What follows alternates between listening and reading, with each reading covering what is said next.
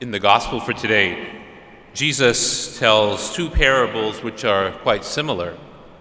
Both are closely linked to the everyday experience of the people to whom he is speaking. They know about the sowing of the fields and the shrub which grows from the mustard seed. Both parables are about growth. The seeds grow into a rich crop, and the mustard seed grows into a large shrub. There's a further similarity in the smallness of the seeds. A tiny grain thrown into the soil and a mustard seed, described as the smallest of all the seeds. The tiny grain produces the full grain in the ear, while the mustard seed becomes the largest shrub of them all. The second of these parables is properly called a similitude. Jesus is not simply telling us stories.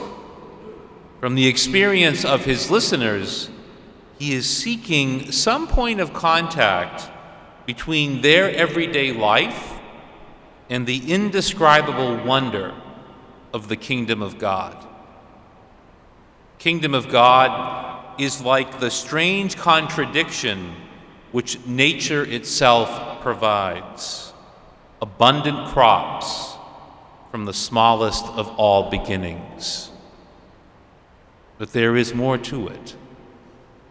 Jesus' own preaching has met with opposition. We find evidence of that throughout the Gospels. We have seen that his own family thinks he's crazy. The scribes from Jerusalem regard him as in association with Beelzebub. It would appear that his mission to bring in the kingdom of God is not meeting much success. But night and day, while the sower sleeps, the seed is sprouting and growing. How, he does not know. The growth of the kingdom of God cannot be measured by the yardstick of human standards.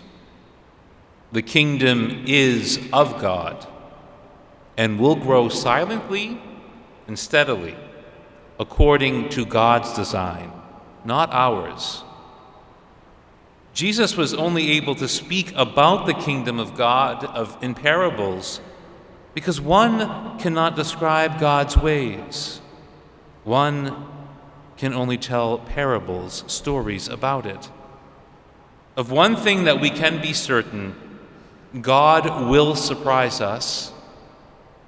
It is from the smallest of all beginnings that great things will come.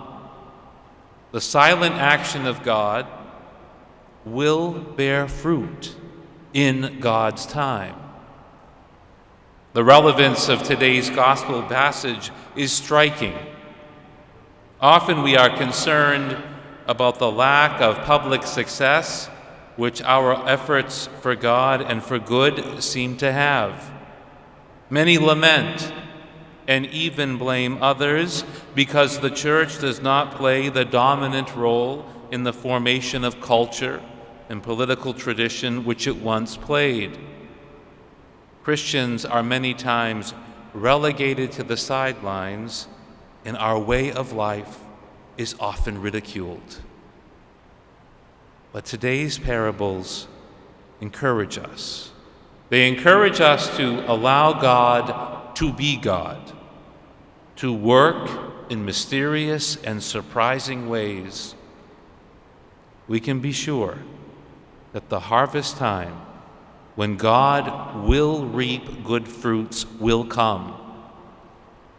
This is not to condemn those who do not accept our ways, but to insist that the silent working of God is still very present in our world.